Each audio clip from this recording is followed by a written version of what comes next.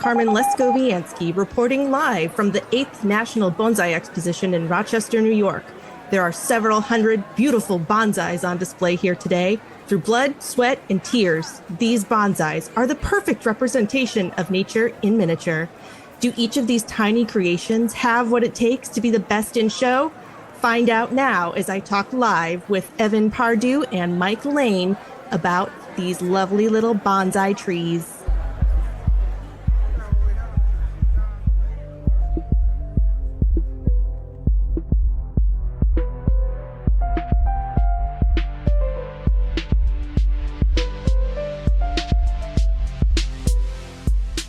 Hello, bonsai friends. This is Evan Pardue of Underhill Bonsai, and welcome to episode 47 of Little Things for Bonsai People, the podcast. This time, I am joined by both of my co-hosts, Mike Lane of Kitsune Bonsai. How's it going, Mike? Hey, what's up, guys? And also, in the right corner, Lesko Bianski. How's it going? Pretty good. How are you? And in the left corner, no, I'm just joking. Let's go. Sorry. Let's go. Yeah, anyway. So, we're back at it again with the three of us. It's been a minute. Let's have some fun. I know we have some trees to look at today. Today's topic is that we're going to be looking at some bonsai from the 8th National Show. We have a handful of pictures that me and Carmen snapped while we were there. Mike wasn't there, but he's going to give us some first impressions. He's going to get to see these trees, I guess, for the first time, unless he's been looked at. Have you looked at some of the trees on social media anywhere? No, are they on the Discord? They might be some, but I know that a select few people have, I just sent some for our through our Facebook Messenger, so you can see. Okay, cool. Yeah. All right, sweet. Right. We will be looking at them through Facebook Messenger, but before we get to that, sweet. You'll be looking at them online. Sorry, yeah, go ahead. Before we get to that, I do need to mention that our podcast is sponsored by our amazing, don't make it obvious, our amazing patrons over at patreon.com/little things for bonsai people. We have a short list here, but a great list of outstanding Bonsai Best Buds that support our show. They're in the Discord. You can come hang out with us. You can come talk bonsai with us, talk the weather. I saw that recently in the Discord. We were talking about the weather. So that always happens. Bonsai thing. Yep. It's a bonsai thing. We don't care about the weather until we start caring about tiny trees. Our list of patrons are Toria Solis, Vicky Auth, Boyd Snellgrove, Ricky Ruins, Joshua Bentley, Snappy Chatters, Joel Jenkins, Justin Knight, Backyard Bonsai Australia, Greenwich Gardens, Taylor Peacock, Chase Retweet, Austin Adkins, Karen Codswell, Yuru in. There you go. I saw that message y'all sent me on Patreon. I got it right this time. Luis Torres. I think it's Unryu. Mike. I don't know. I'm just messing with you. AC Castle, Bonsai Marine, JAS Potts, Chris Fasoon, and Tiffany. Ooh, sorry, dude. Timothy Arsenal. Man, I almost got it. I was so close. Mike kind of got me there for a second. And yeah, whatever. So thank you guys so much for supporting the show. If it wasn't for you guys, it would not be possible. Thank you guys so much for supporting us at the Bonsai Best Bud level. By the way, our Little Things for Bonsai People t-shirts are out. You can go over to underhillbonsaistore.com and go to Little Things under the tab. They're screen printed onto comfort colored shirts, pocket tees. On the front, you got the logo with the pocket. On the back, you have two designs right now that we're running until they run out. We'll run a different design or we'll run a different color of these prints. But this is what they're going to be right now. That includes the under construction bonsai tree, hand-drawn and beautifully depicted of a conceptual modern style of a tree under construction, like a bonsai tree with measurements and names for the different parts of the tree. It's a really beautiful design by Tiffany Nesbitt. Tiffany Nesbitt is in Houston, Texas. She's a visual multimedia artist doing really good work out there. Our second design was created by Lee Domingue of Southpaw Creative, and on the back it says, "I went to a bonsai workshop and all I got was a stump." I was wearing this shirt at the show what was this, 2 weekends ago? I can't remember now. I think it was 2. Yeah. Yeah, we're recording in almost Or real 1. time. I don't know. Oh my God, it's been too long. It's been too many days since last weekend. But I was wearing the shirt at the show and somebody stopped me and was like, that shirt's hilarious. I got to get one. It's a good conversation starter piece. It's a funny shirt. So you can head over to underhillbonsai.store.com. They are $35 on our website, and I'll ship them out to you. Y'all can wear some cool merch. And then thank you, Matt, for editing our show. You can go over to mattodonnell.com. That's ODONNELL.com. Matt is a bass player in Nashville, Tennessee, and he edits our show. He makes us sound smart. He makes us sound clean. He's going to take out all these ridiculous takes. But yeah, he makes us sound great. You can go over to mattodonnell.com, or you can do it over to his Instagram, and you can start on your own project. And just fill out his contact form on his website, and you can work on your own podcast show or even on music. I mean, he's a great musician, so you can go over and check that out. But yeah, so the show. So let's revisit the show and talk about some trees. I will say, though, I wanted to do a little plug for our shirts. I will say they are super comfortable and they wash really well. So quality is excellent. So you're definitely getting a good shirt. So what tree are we looking at first? What do you guys feel like looking at? I think we should maybe avoid the award winners because I don't want to. Okay. I don't even know which ones have gotten awards. Um, So how about this this Mame? Which one? Where's that? The the one with the drop little branch. cedar. Yep. Oh, okay, the little Shohin guy. I wanted to talk about that one because I remember during our literati episode, we were asked a question if there could be a Bunjin Shohin, and I think this is kind of the closest I've seen to it, and I was kind of excited to see it in the show. I thought it was an interesting little tree. And before we get started on this tree, side note, you guys can go over to our Instagram, Little Things for Bonsai People, and these trees will be listed under the description. It will say episode 47. Oh, whatever. No, you go over to our Instagram and check it out. They'll be in order. So the first one we're looking at, this is a cedar. Do you remember what type of cedar this is? I don't, but I'm going to guess it's a white cedar because they're more common than yellow white cedar. Mm-hmm. I like it. My thing, I don't know. I have a weird take on Bunjin, and I've been talking with a lot of guys. Like since I went to India, and I spoke with a lot of guys about Bunjin and literati style over there. It's all supposed to be like distinctly calligraphy based. So like that trunk is supposed to really feel light and delicate and very subtle in its movement, and maybe not even subtle. I mean, you can have extreme movements, but I almost feel like taper on a Bunjin is not needed, unnecessary, you know. Yeah. I don't know. So to me, it feels like like almost like a styleless tree, like almost like a Bunjin, but has some of the proportions of like an informal upright. I think it's a beautiful tree, and I really like the pot that was chosen with it. And I like that it's a cedar. I think that's really, really cool that they use that in the composition. But still, I'm still on the hunt for my ultimate Shohin Bunjin. I wish the drop branch was giving me a little bit more to the right movement. Yeah, I feel like the whole tree's going right and the drop branch is going a little bit left.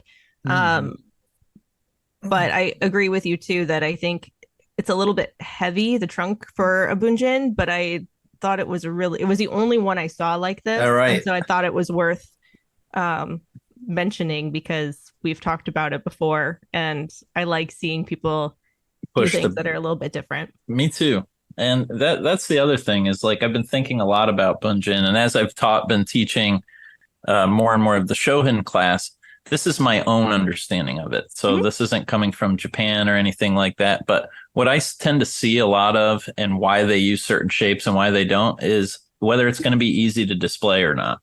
So like a Bunjin realistically is going to be a taller tree. Like you're probably, to get the movement you need, you're probably going to be around 10, 11 inches. Yeah. And so it's not going to fit easily in a lot of those cabinet spaces. Right. And so for me, the same reason why most trees are going to be semi-cascade and informal upright, and then occasionally filled out with like clumps and brooms. But realistically, like those directional trees are so clutch for Shohin display because of the ease of using them. That's my assumption. That's what I get from growing them and trying to display them. Is weird trees, like odd shapes, tall trees. They don't play well with the others. Yeah. Yeah. I think you're right there with your assessment. So my take with this tree is that, like Mike was saying, there doesn't really need to be any tapering.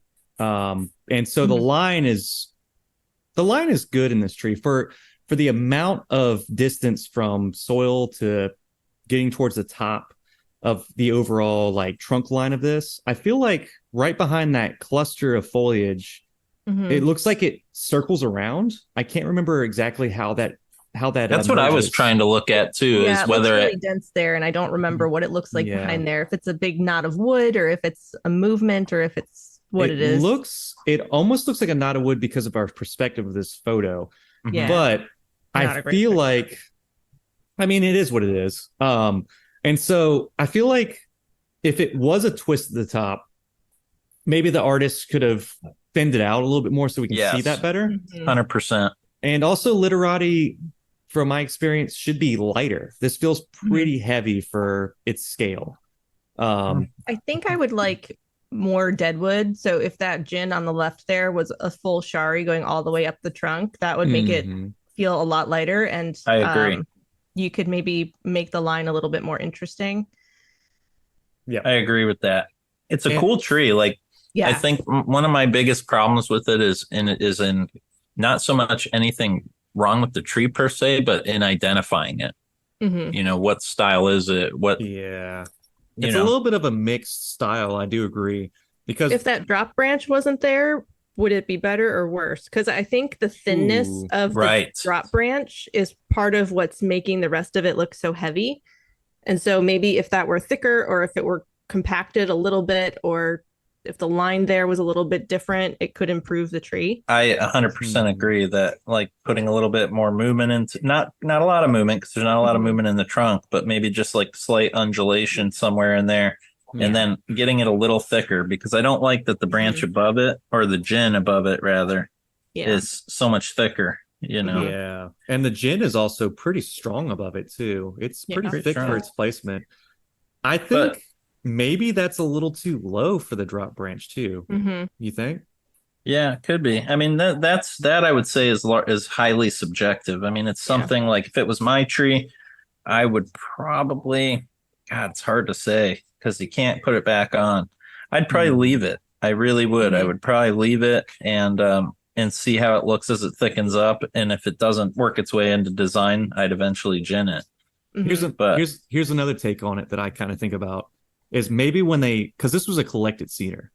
We could tell by the way that it was twisted. And well, that was me and Carmen's speculation, right? When we were reviewing it. I imagine it was collected. A lot of the white cedars are collected. Yeah. So maybe this was part of the tree. That drop branch was kind of part of it, where he was like, maybe this will keep the viewer like engaged with it as a collected tree rather than this was, I don't know, because it is easy to grow a branch out like that and then give it a little bit of movement and then let it be. So maybe when he found it, this was just kind of a thing that it maybe had. So maybe I think that here's my honest, like, from the gut assessment is, I like trees that have something unique about them. Like, we were talking with Seth, and we were talking about like how seeing so many different things, or not even Seth, I'm sorry, I was having this conversation with Laurent, is you see so many different things in Japan or in high level bonsai that look the same. And he was explaining how you'll go to a Japanese nursery and you'll see 1,000 kokufu ready trees, like right in a row, boom, boom, boom, boom, boom. And they all look the same. And there will be like one with a weird branch. And that's the one that's like special. That's the one that steps out from the norm. And you can't like recreate that all the time, or it loses it's it's specialness. It's Hmm. Yeah. If there's something that nature has created and you just cut it off, you can try to replicate it, but it's going to have either wire marks or what was that, Mike? Oh, I was just saying that having that little branch, I think is kind of cool. I don't Yeah. know. Yeah. And trying to recreate it, it would be more obvious. This looks like it was on the tree. Yeah. From what it looks like, it is an old branch. So, well, looking closer, there is a wire mark on the bottom. I can Let's barely make it look. I out. can zoom in. I don't know. Hard to tell. Yeah, but then again, we're not there right now. So, I but wish I yeah, had taken a better photo of that tree because I'm curious. I don't remember whose it was either. it was Mark. Mark Oh, Arpeg. Yep, okay. Arpeg. I Yeah. believe so. But yeah, awesome little tree. Let's move on to clearly my favorite tree in the show, What was it? The Okay. Goyomatsu? the bald cypress, the pond Oh, cypress. pond Pond cypress. cypress. I won't. Okay, I understand. Everybody's like, "Oh God, it's the bald cypress guy, and he's going to talk about a pond cypress." No, I'm not going to be like I remember when we were looking at this tree in the show. I actually had a guy walk up to me and tell me that he was part of the volunteer curation of this tree, and I got a little bit more perspective on it. Don't get me wrong. This is a beautiful tree. Can you see it, Mike? Yeah. Okay, this is a beautiful tree. I think it was actually labeled as a bald cypress, and even the gentleman, not Mike, Carmen. Do you remember the guy's name? Yeah, that was Jay. Jay. Mhm. Do you use his last name? Jay Syrian or Jace? Is it Jay Syrian? No, Jason Sinclair? yeah. Okay. Jason Do you know Clare. Jason Clare? I know. I know. Oh, I know. No, I don't know. You know I don't even know everybody. how I know that name. It's in my brain. He's probably a friend on Great. Facebook with him or something. Yeah. Probably. But yeah, Jay was telling me that the tree was labeled incorrectly. So it was acknowledged. This is a pond cypress, so this is a Taxodium ascendens. This is a collected tree, and I was under speculation that it was a Mary Madison collection. But I mean, a lot of people could go down to South Florida, especially where Mike is located, and find pygmy trees similar to this, right? Yes. The trunk line in this tree is absolutely gorgeous. There is actually, if you zoom in, where it crooks over 90 degrees and then it goes There's down. a lot of and shari. yes, there is a ribbon shari right there. Yeah. In person, it was a little bit more obvious, but a ribbon.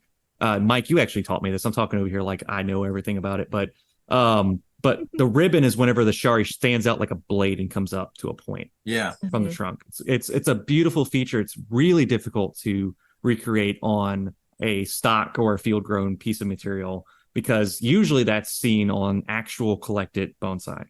Or Yamadori bonsai. So this thing is actually old. Mhm. So if you guys want to go first, I've got a lot to say. I'll let you guys before I rip into it. So, I'll talk a little about this tree because I'm very familiar with this tree. This one belongs to the Hidden Lake Gardens collection. Hidden Lake Gardens is a garden associated with Michigan State University. It's in Tipton, Michigan. And this was originally owned by one of the members of the Ann Arbor Bonsai Society, and then it was donated to that collection. And so I know that it was collected, and I know that I don't know where it was collected, but it's an old tree, and I know that they're trying to, at this point, keep it within the style of how the original artist had seen it. So that will give you some insight into some of the choices that have been made as far as the design goes. And funny thing you say that because I remember having this conversation with you, Carmen, at the ABS show. We were talking about like if there was a style or an appreciation of a like neoclassical kind of take on this tree. They can appreciate this, But I think anyway, what are you gonna say, Mike? nothing. Go ahead. No. I mean, I have a whole thing to say, but I would like to hear your take on it, Mike. Being a South Florida person who's I'm sure you've seen a sheriff, I'm sure you've seen a lot of these trees. Is what I'm trying to say. I have. Yeah. in the style, or maybe just of this type of collection. And I do understand the desire to keep this as similar to how it was styled as possible. My only critique with the tree aesthetically is that it feels very separate from the trunk and the foliage. Mm-hmm. So it feels like two separate entities. And so I would almost like, and I know we're always hesitant to make changes to trees, but I'd almost like compress that in tighter towards the trunk maybe and bring it in closer. If you could even somehow get a branch to cross behind the trunk somehow, Mm-hmm. and kind of get some foliage peeking out the other side, would connect the two. But to me, the trunk's beautiful. I love the trunk and the foliage. I like the weeping aspect of it. I just think, getting that a little more harmonious and combined. Yeah, the trunk is very angular and has a lot of sharp movements, and then the canopy itself is kind of all just weeping. And so maybe Right. if there were some sharper turns and a little bit more structure within the canopy, you could keep some of that longish weeping aspect, but make I it a little agree. bit more dynamic. I agree, because that's the other thing that bothers me is you have like a really stark, like harsh bunjin that grew in a harsh environment, and then you have Mhm. like, hey, I'm just a happy weeping tree, Mhm. and so whenever I'm designing trees, I'm always big on like whatever environment shape the bottom shapes the rest of the tree. So Mhm. always, and so I try to like use that as a guiding factor for my hand. So if Mhm. not saying I would even change the tree, I would pay respect to the original artist. But if it were my tree and I wasn't in that predicament, Mhm. then I would probably put a little more movement into the branches, try and see if I can't compress them a little tighter towards the design. Mm. And other than that, I don't have a whole lot more. I'm not in love with the pot, Mm. but that's very subjective.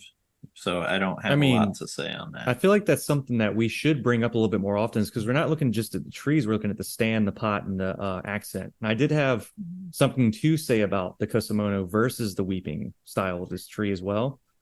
Yeah, it's like up and it's like they're It's very super competing. vertical. Yeah. Yeah. Um, so I'll put my 2 cents in.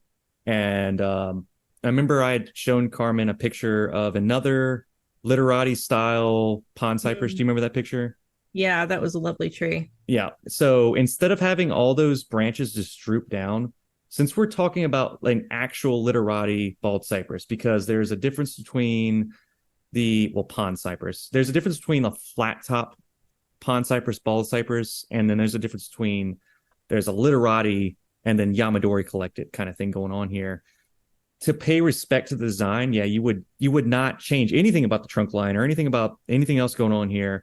The pot would have to change if we did this, but this is kind of, I think this is where I'm at with it. There's two choices. One, ultimate choice, like Mike said, if it was his tree, he knows what he would do. You would compress things, you'd bring it up. I would bring everything up into like a little sparse, almost like a flat top thing where the branches come out and mimic the harsh lines that occurs halfway up that trunk. With the 90 degrees, make everything else kind of follow that. We've seen trees like this recently. It's more of a modern take on quote unquote flat tops, but they wouldn't grow like that in nature. They would be blown over and swept away before they grew like this.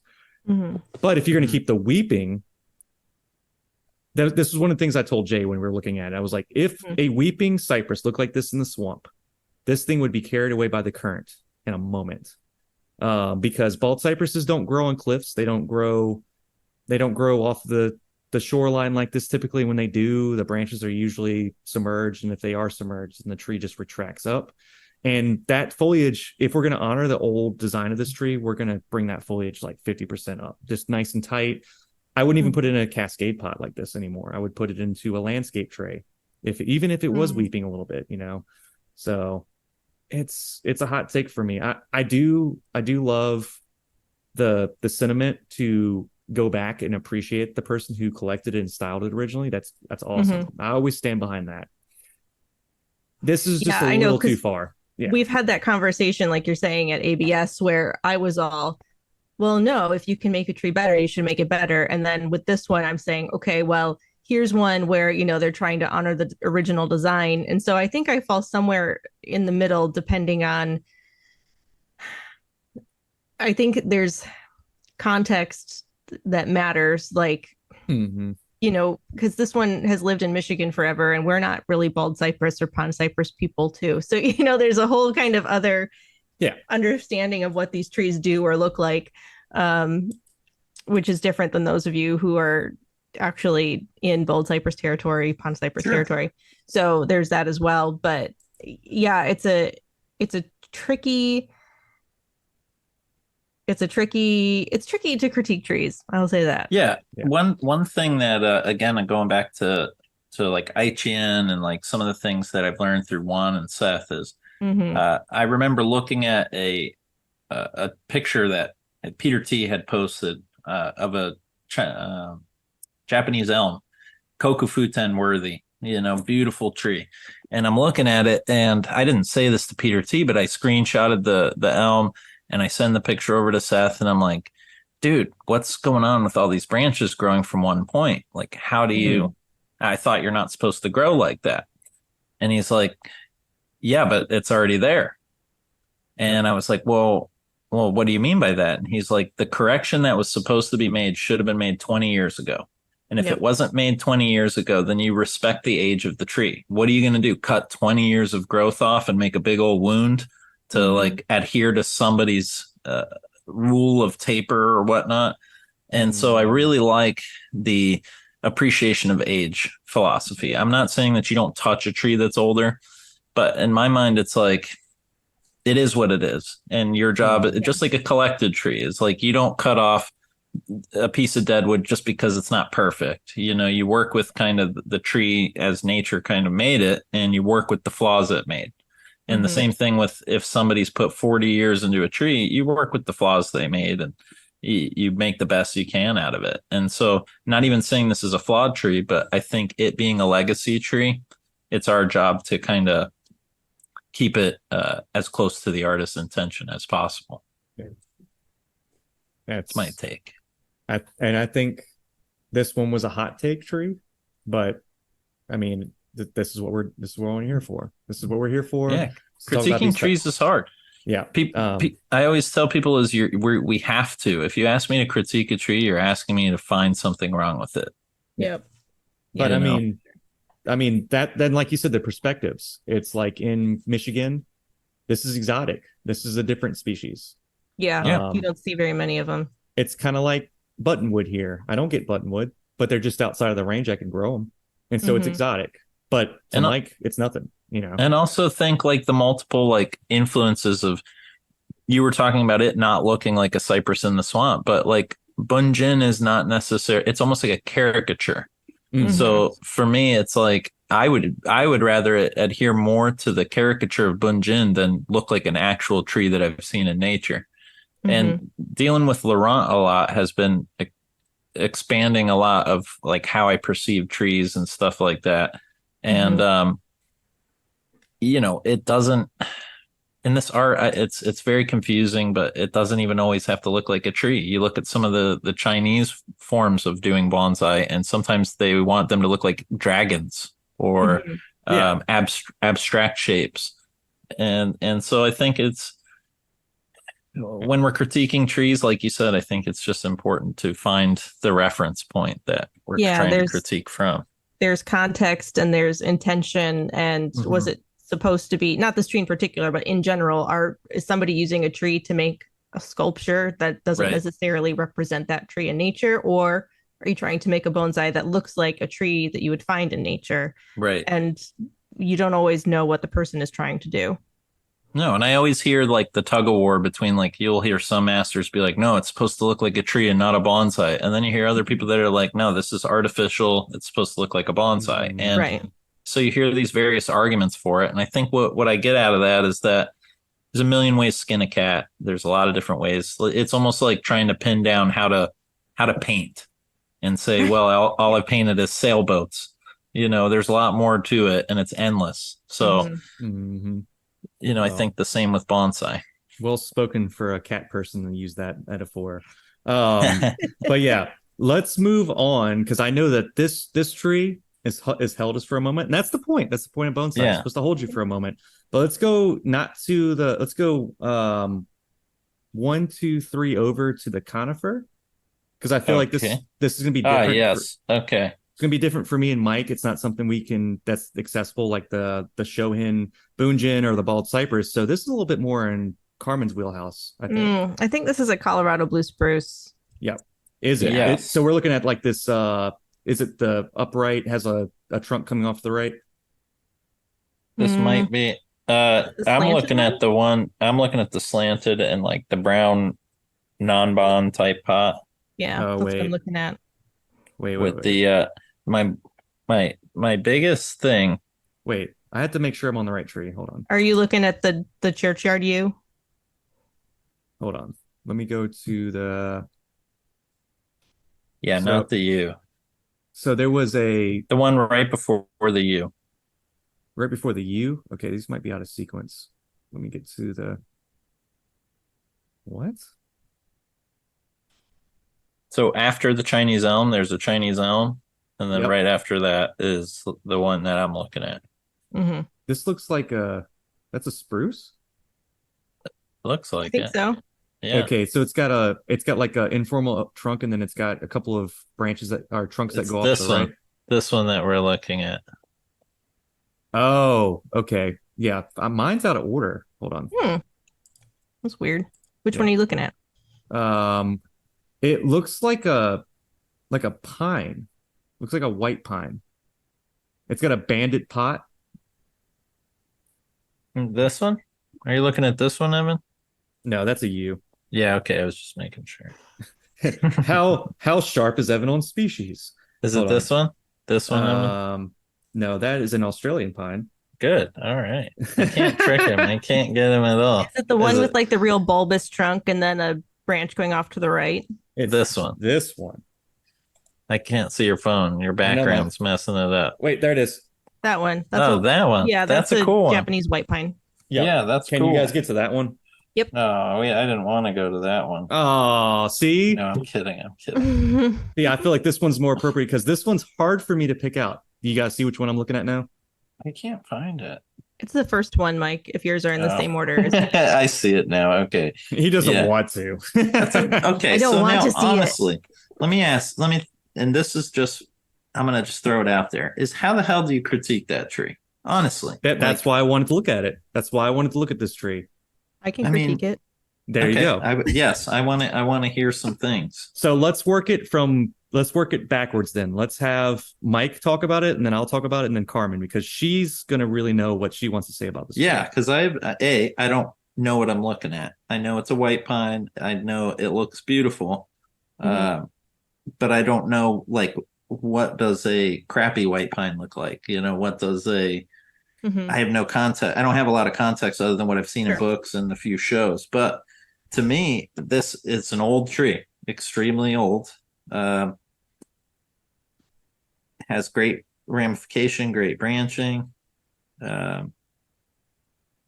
It's full. To me, I mean, I don't know really, I guess, how to critique a pine that looks like that. I don't know what I'm looking for that would be a deficit. To me, that's like a great tree, and I would be like, great job. Bring it back next time. This is awesome. So, really, I mean, and No, I'm being honest. This is like, and I'm often asked to judge things like this, and like I'll judge these like huge Satsuki azaleas and whatnot that have been imported from Japan that are grown in these nurseries where they're all perfect. And like, how do you critique a tree like that aside from saying like it looks like every other pine? Right. Well, yeah. So when I look at this tree, this will be my take on it. One of the things that I've kind of been going through is whenever I look at a pine or any kind of evergreen, I'm more studying the silhouette of the tree and the breaks in the silhouette because they're evergreens. So with deciduous trees, we're looking for of course, the out of leaf effect to see if the artist has tried to cut any corners. And so that stuff is very important when it comes to structure. When it comes to tropicals, there's a lot more flexibility in tropicals. Grotesqueness and branches can be a thing. Different types of, heaviness and sparseness in tropicals. But with conifers, there is kind of like more of a call to the old ways of how bonsai are designed. And so this tree, and this is me, this is how I see it. I know that conifers can't have very strong nabari, but I know that there's a little bit of a bulbous thing going on there. And if it's an old tree, like we had discussed on the cypress tree, if it's an old tree, this is fine, because conifers, especially pines, are not known to have strong nabari and good tapering. Usually you work with what you get. This tree doesn't seem like one of those trees that was imported. This looks like it was grown within the States. It doesn't look very old to me. There's no you don't think so? Because there's some trees that were grown up in Washington, like was it Toperian? Toperian Farms, yeah. There was trees like this at Toperian Farms. Oh, yes. So this could be younger than you think it is. And so when I kind of judge these kind of things, I look at the windows and the branch emergence areas, like where they're coming from. And I think it's a little too symmetrical in my mind. Just because I love that sweeping those lower trunks that kind of suggest that there's a younger growth coming off the bottom. That looks amazing, but it's a little too heavy versus also the little too heavy of that false first branch that's coming off to the left side. They're just too even to me. So this is the kind of stuff I look at for conifers. I know I don't deal with them on a regular basis, but I'm still approaching it from like the way that I've seen other conifers, and I've also been up to see Michael's collection, so I've seen a handful of things like this. But yeah, I just kind of go off the silhouette, and I look for breaks too. I look for foliage and silhouette breaks to give me more of the flow of the tree, and I only see one nice break right above that kind of sweeping lower double trunk. It's two trunks too, which is kind of interesting as well. It was hard to capture all of the breaks with my camera. It was really a quick phone shot, and there were definitely a lot of breaks in this tree for foliage. And I can see by that. breaks, you mean like negative spaces between the branches. Yes. Spaces between the pads. Yeah. And so that the listeners know that Carmen is 4 foot what? I'm 5'1.25". Thank you. Oh, one time I gained 1/4 of an inch when I did yoga like regularly because I was doing a lot of inversions, and I managed to stretch my spine out by 1/4 of an inch. But I've shrunk back down now. So yeah. So Carmen's perspective of this tree doesn't show us. She took the picture. I see from under the tree rather than at the tree. Which is also another way. I remember talking about you talking at you about this at the show. Yes. Was that you want to look at the trees from underneath to see where these branches emerge too. Yes. A lot of the branches emerge from the top going to the right is what it appears to me. And then the branches on the left, there's a couple of branches that come out pretty solid, just right out of the trunk where it seems like they should be, but it creates that break, that negative space that kind of throws off the flow of the tree, in my opinion. So, yeah. Go ahead, Carmen. Yes, go ahead, Carmen. What you got? I really like this tree. I was really drawn to this one right off the bat, and it took me a little while to find a few things that I didn't totally love about it. It's very kind of classical white pine style. I wish I had looked a little bit closer to see if this was white pine grafted on black pine, or if this is white pine on its own roots, because that makes a huge difference. If it's grafted, there's going to be a bulge somewhere on the trunk at the graft union. And I don't know if that's what's happening right there at the bottom, or if that's just a regular bulge. So that's my bad for not knowing if this is grafted or not. Now, couldn't they, in theory, sorry, I don't mean, but couldn't they graft the white pine foliage onto the black pine branches? Yes, you could do that. I gotcha. So, there's that possibility too. Yeah. And then they could Um, hide the bulge in there a little bit, maybe. yeah, a lot of times with these, you see the graft hidden in those first layers of foliage. I gotcha. So yeah, I'm wondering if that's um, what's going on with that bulge there. But having that branch to the right, that kind of big welcome branch, is really common with white pines, and then having the long one on the left there to balance it out. Um, so I really love the canopy of this tree. I think it's very classic. I don't know because it's a relatively thin trunked tree with not much taper. So it's possible that you could bring the foliage in a little bit and then go with a slightly lighter pot, so to give the tree a little bit more of a light feeling. Um, but so my critiques of this tree, like I said, I really think it's a gorgeous tree. The Nabari is kind of weird because of that bulge and then all of the little roots coming off of it. So again, I don't know if that's a graft union. When those roots develop, it could be a really nice Nabari. You can get really nice Nabaris on black pine roots. Even on a white pine, you could get a decent Nabari. So I don't know what's going on there. And then there's more than one branch coming off to the side there. I think there were three. You can only see two. So there were two or three. And usually you only have one. And then those branches were really similar in kind of size, but the way they interacted with the canopy to create those paths was really nice. So I guess I would like to talk to, the artist who did this to find out the answer to that bulge question, and then maybe take another look at if you need both of those branches down on the bottom right, or if you can get away with one. But overall, I think the canopy is really lovely. It's well laid out. All the tips are pointing in the right direction. You've got good negative space. The trunk is, there's not much taper, but you can kind of hide that with the pines. Overall, I really liked this one. Me too. I would with the Nabari, I would just like maybe even pot it a little deeper and make the like little butt cheeks the Nabari. Yeah, yeah, exactly. Yeah, if you just hid those little roots. Yeah, I like the little butt cheeks. Yeah.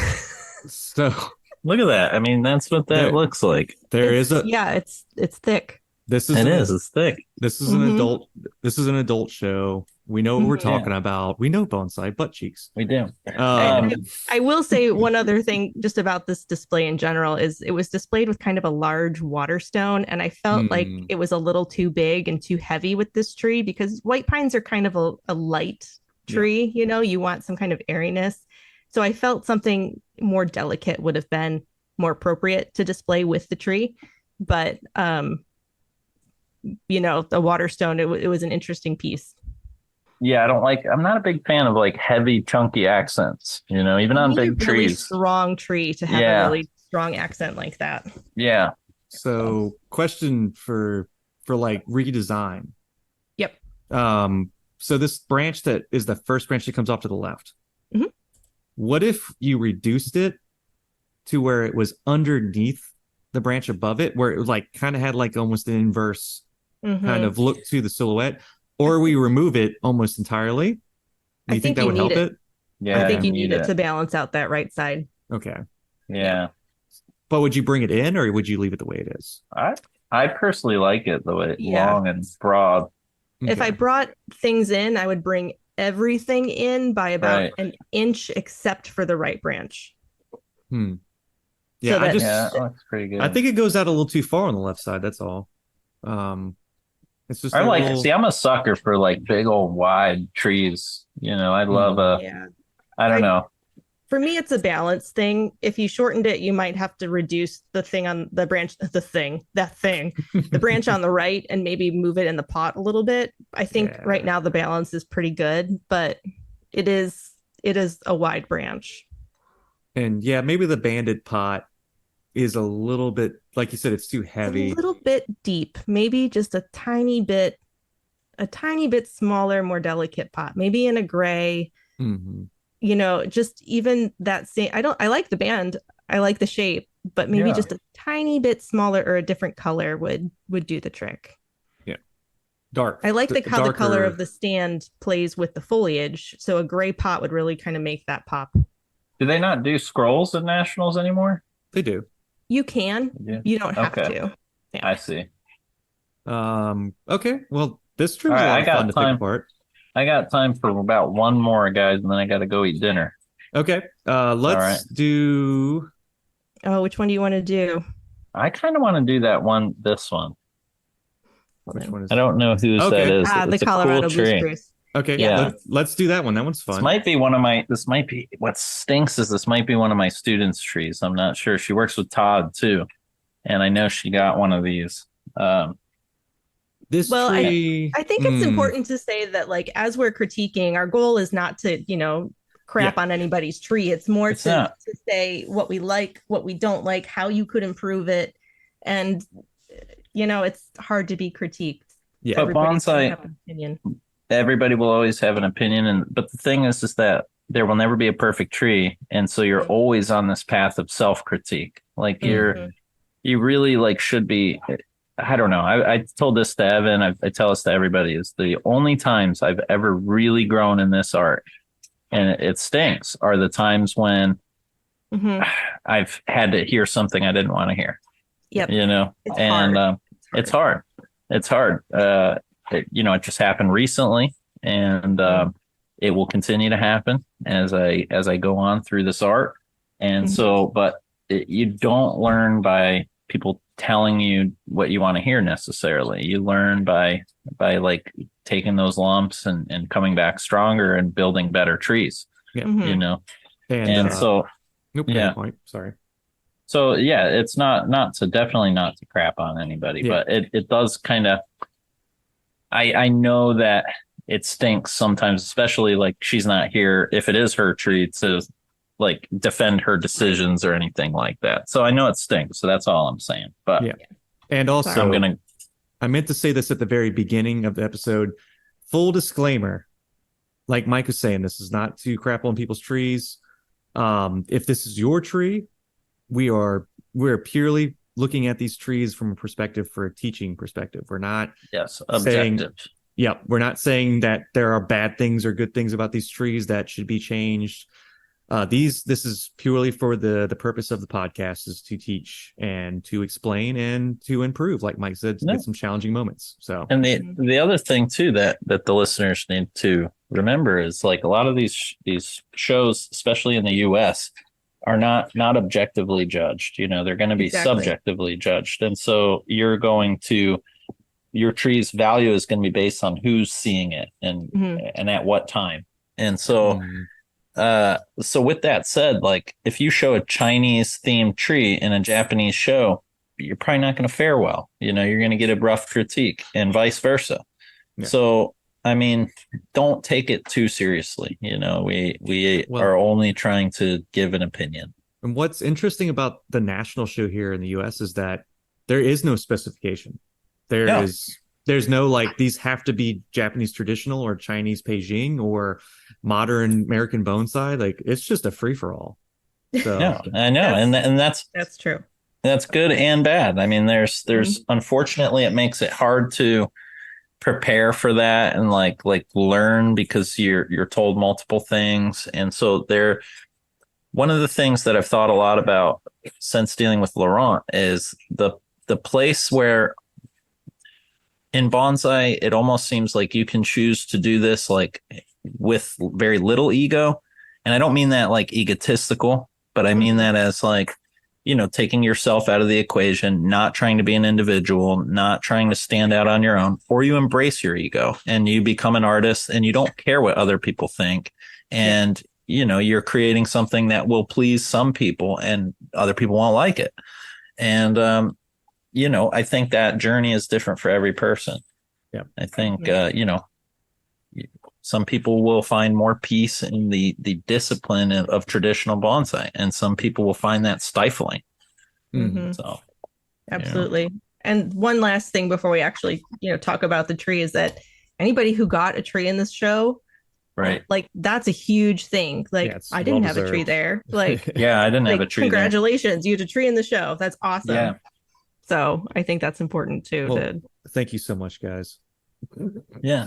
Yeah. Now we Except, wait, wasn't there? Yeah, there's an elm I really want to critique. I don't know where yeah, it where's is. that water elm? Yeah. No, I'm Jeez, kidding. there wasn't a good backdrop. You couldn't even get a good picture if you wanted to. So, Okay, Anyway, blue Colorado blue spruce. spruce. Yep, go so ahead. one of the first things I notice on here, and this is one of those tough pills we've got to hear because there is no ands, ifs, or buts about this. Is the price tag is still on the tree? Is Ooh, it?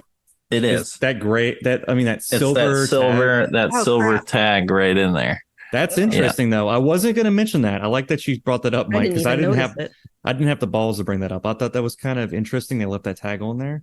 No, it's something that has to be brought up because Yeah. you can't.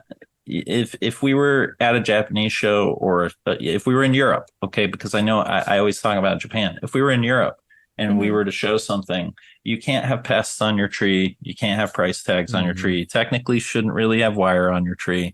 Things are supposed to be mossed. There's these. How the heck do they show conifers without wire on them? That's what I want to know. No, I know, I know. Old, That's the old conifers. old conifers, right? Yep. Mhm.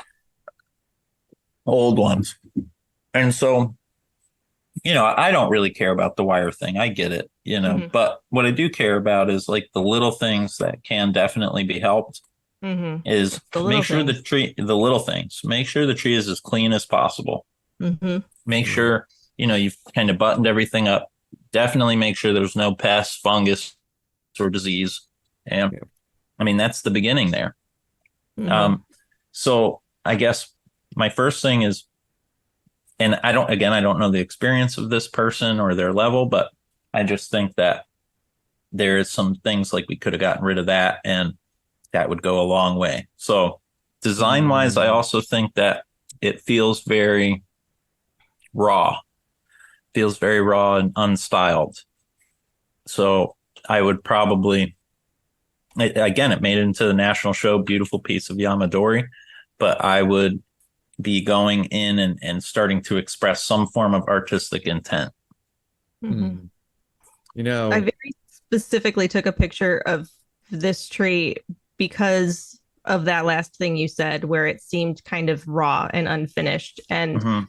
um, this was just what I happened to find when I was walking around looking for an example of that, because I saw a lot of Yamadori in the show where the canopies were they were immature or they were wired, but they weren't wired out Yeah, well into paths where so you could see that definition. So they just felt like they needed 5 more years, right. like they're good trees. Um, the displays are nice. They're almost there, but I saw this at ABS too, and I see it in a lot of American shows where we're showing trees really kind of before they're ready. Right. And on one hand, I love that because everybody's being involved. They're showing pride in their work. But on the other hand, if you want to show bonsai, then, you know, at, are we going to draw a line to where, where the development is there a developmental level we want the tree to be at before we're showing them? And that doesn't Well, go just for conifers. Like that's kind of no. across the board. This just happened to be the tree that was there for me to take a picture of when I was thinking of it. Well, and the reality is like I was always told these horror stories of like going up to Bill's and him seeing your tree in person. If he didn't like it, he'd send it out, send it away.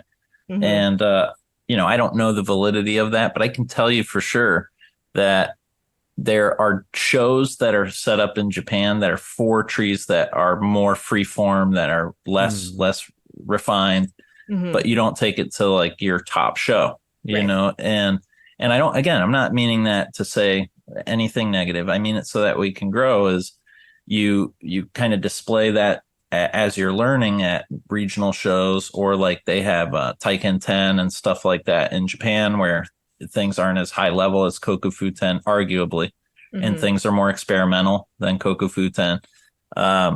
And so I think like shows like that are kind of maybe arguably a better venue for that. Mm-hmm. And because it's not even to say anything mean. It's just what happens. How terrible of a day would that be if you did bring your tree up there and you do have a Japanese judge and he's like, no, this tree's not ready for it. It's better to work your way up and have all your ducks in a row and, display accordingly.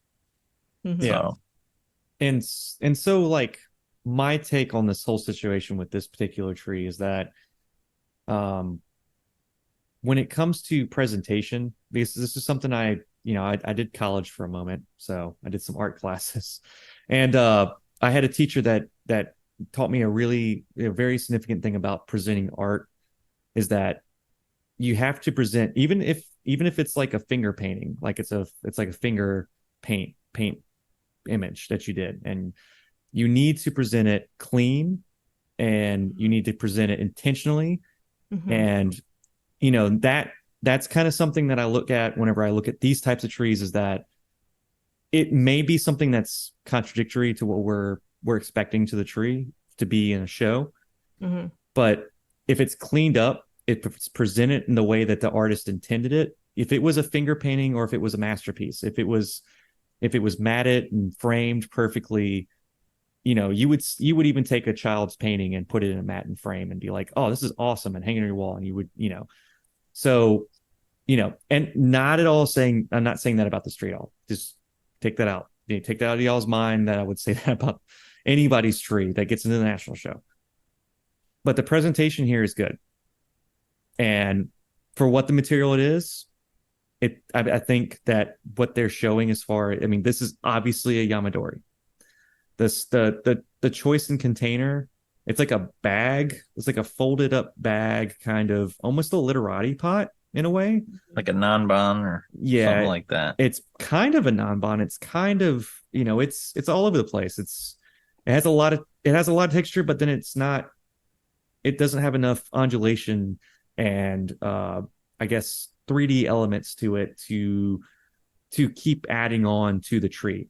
I think that's one thing I would be okay with more if this was more of a crescent, or if this was more of a gravelly, maybe the like pitted face of the moon kind of feeling kind of pot. Mhm. It would carry this tree, and then the wildness would be reflected in the container. Mhm. So I think the stand in the pot doesn't hold the tree, because like Mike was saying, like there are places in moments for trees like this to be presented, especially in a higher show. And this tree could be there. I just don't think that the container and the stand is carrying it. You know, Mhm. And also, like, just like I said, the small details, clean up the price tags, stuff like that. yeah, There's like exposed roots at the base of the Yeah. container. And so there are just little things. It really is like you can make. I see people take very simple designs all the time and like they clean them up really nice and they display them on a nice little jitta or whatnot, and it's like the composition is just really really nice, really nice, spot on. And so this is probably my number one critique when I do show critique is there's usually trees that have a lot of the small details that were overlooked. Half cut leaves, stuff like that is like think bonsai is a discipline. This is something that when we engage in it, we should be disciplined, and we should engage in it knowing that we're going to be pursuing something that's going to be hard. And so when you're about to show your tree, that is the culmination of all those years of work and discipline, and you shouldn't miss out right at the last like yard that you're running. Right. You shouldn't. You Like should you're kind so of close. Go all the right. way. Yeah. Go all the way. I would you love know. to see those roots on the left side covered up. I think maybe a crescent pot, like Evan was mentioning, would be nice. I think I agree. The stand is too nice.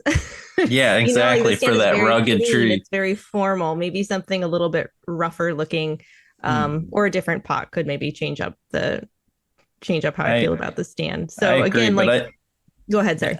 no, I think you're right with the stand. That's all I was saying. It's a gorgeous stand. I love it. It is. oh yeah, everything's polished, everything's nice. They presented what they had, but yeah, in the future, I would like to see the artist. If we're probably won't see this tree again. I mean, because it's like 6 years for these trees before they can go into this show. But anyway, if it appears again, if the artist is listening, like it's not a bad tree, but there's some elements to presentation that could be changed. Yep. So we don't have a lot of time today for the bonsai word of the day, so we'll go ahead and wrap it up. We do have some more critiques we will be doing in the next episode. But before we let you guys go, before we let the listeners go for the day, I'd like to just shout out a little bit, tell you guys to go over to underhillbonsai.com, go check out my blog posts, and also go over to underhillbonsaistore.com and check out what I have available online. Don't forget to go over to underhillbonsaistore.com and check out the Little Things for Bonsai People t-shirts. Awesome, comfortable, comfort color tees, spun, high quality cotton, just Very comfy. very good. Pocket tees. You can put stuff in your front pocket. No, Are they Egyptian cotton? No, they are not. Sorry, they're not like, you can't make like a bed out of it. You can't do like a thread count on them, and Okay. Sorry, but anyway, and then for Mike Lane, I haven't had you come on and say your shout out in a second. Tell people where to check you out at. All right. Well, you can go to www.kitsunebonsai.com. We're actually going to be running a Mame class that I was kind of promoting in the Discord October 9th via Zoom. It's just going to be a 2-hour little program discussing kind of the soil I use, the methods that I've been using to kind of make some of these little Shito Mame. And so if anybody's interested, cost is just $20, and we'll be meeting at about 9 Eastern Standard Time on Zoom. Oh, it's so early. Yeah, I could always change it if you want. That's okay. I can get up at 6. It's fine. I have other people that said the same thing, so I was like, okay, yeah, all right, cool. Well, you guys go check out that class. That sounds like a great time. Not a lot of people are doing online classes like Mike are. So go over to Kitsune Bonsai and sign up for that. But for Carmen, where can they find your stuff at, and what you got going on? Oh, they can find me at Becoming Bonsai on Instagram. They can check out the purplepotsociety.org. That's the National Women's Bonsai Group. And they can check out my teacher, Michael Hagedorn, at crataegus.com. Awesome. And I am a member of Purple Pot Society. So Woo! anyone can join. Go. You can be. I didn't know that. Yeah, it is. It's not just for women. It's to support, educate, and inspire women, but you can be any gender, and we welcome everybody. That's awesome. So yeah, definitely support any local club, international clubs, anything. These are great ways to build community. And like we said, go over to Patreon / Little Things for Bonsai People, and you become a Bonsai Best Bud. We got a Discord chat.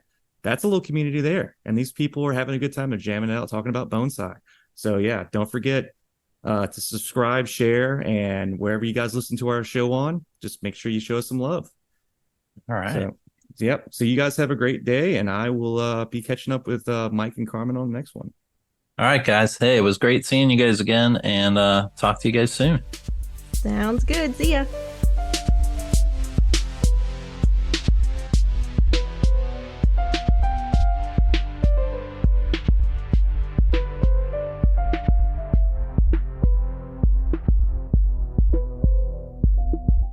For just a minute. What's that background noise?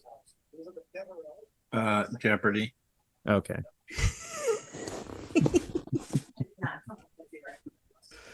It's Final Jeopardy though, so you're okay. Oh, okay. It's almost over.